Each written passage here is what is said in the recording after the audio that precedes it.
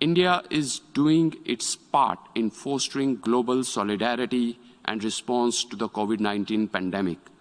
As the pandemic has raged across the world, India has not let that scale down its engagement with the rest of the world in the sphere of peace building and COVID-19 response.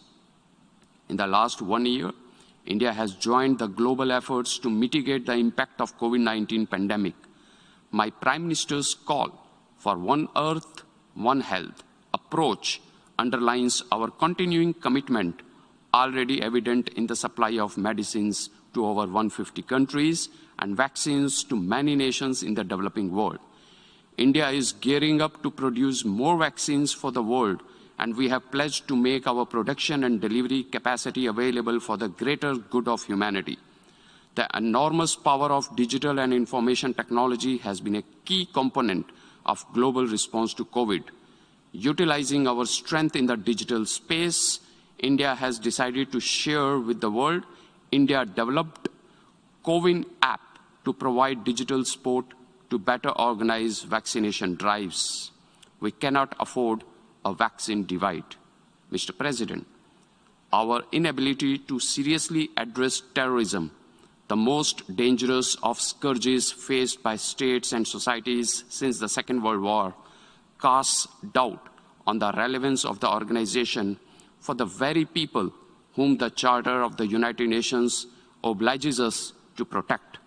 The United Nations has yet to agree on a common definition, let alone craft a coherent, well-coordinated policy to tackle terrorism and dismantle its enabling networks.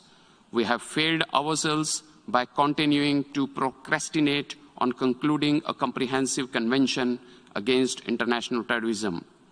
India is a leader in the area of climate action. India now ranks 4th in the world in installed renewable energy capacity. India's non-fossil fuel energy has increased by more than 25% in the last 7 years and has reached 40% of our energy mix. Along with this, India has also given institutional solutions to build cooperation at the international level. We initiated the International Solar Alliance and the Coalition for Disaster Resilient Infrastructure. These are noteworthy initiatives that will make a real difference. The world is also developing awareness that lifestyle change plays a critical role. At the COP summit in Glasgow, my Prime Minister has called for lifestyle for environment as a mass movement. Lastly, the effectiveness, relevance, and longevity of any institution lie in its dynamic character and ability to adapt itself to the changing times. As long as the key organs of the organization remain anchored in a governance structure frozen in the past, the crisis of legitimacy and performance will persist.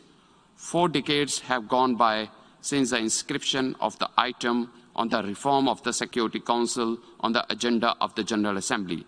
As we start work in the new year, let us strive to ensure that this year is the one that finally delivers some concrete progress with regard to a Security Council and a United Nations that will reflect the realities of the contemporary world. I thank you, Mr. President.